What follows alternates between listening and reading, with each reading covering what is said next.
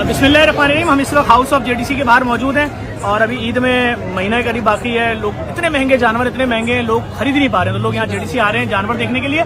और अवामी गवर्नर सिंह जनाब कामरान खान टिसोरी साहब ने आज जेडीसी को कुर्बानी बराए मुस्तहिकीन के लिए 4 सिब्बी के बड़े बैल दिए हैं। आप देख सकते हैं ये लाइन से खड़े हुए हैं और ये चारों बड़े बैल हैं। और इन चारों में 2 बैल इस साल कुर्बान होंगे, 2 बैल पलाई पे होंगे, वो अगले साल कुर्बान होंगे। सर आपका बहुत बहुत शुक्रिया। सबसे पहले जो आपने सहरी और अफ्तारी का एहतमाम किया एलियाने कराची के लिए, उसको शुक्रिया।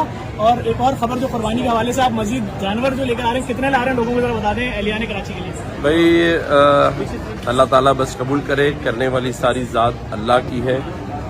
इफ्तार डिनर भी कराया और इस बार जब कुर्बानी आएगी ईद उल ज़ुहा तो इंशाअल्लाह ताला गवर्नर हाउस में 100 ऊँटों की कुर्बानी मेरी अपनी तरफ से होगी, जिसका तमाम का तमाम गोश्त मुस्तहिकीन को गवर्नर हाउस से मिलेगा।